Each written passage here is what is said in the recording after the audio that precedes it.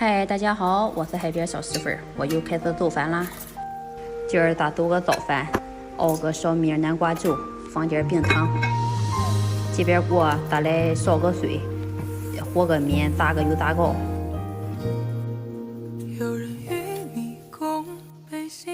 烫好了面，把它放面板上凉一凉。不热了就把它揉一揉，揉到光滑为止。取一个剂子，把它摊成和窝窝头这样，把汤放里边包起来。这油炸糕我还是第一次做，一会儿看看哈，是能做成功。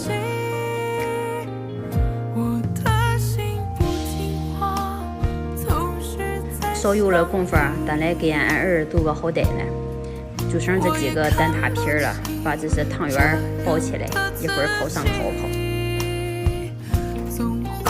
都包好了，放这个烤盘上，撒点蛋黄液，再来点黑芝麻，烤上200度，烤15分钟。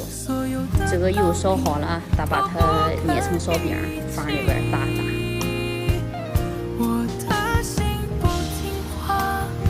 炸了翘黄了，就把它捞出来。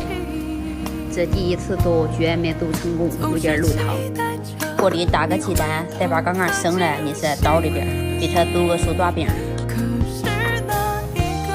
不加火多，这些就得扔。再把饼铺上面煎行了，在边上再煎几个香肠，上门口把点生菜叶。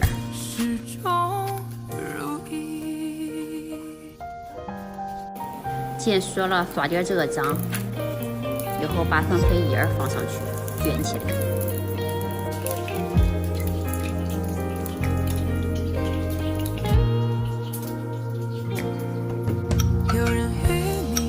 好，今天的视频就到这儿了。喜欢我的视频，大家伙给点关注，点赞。我们下期见，拜拜。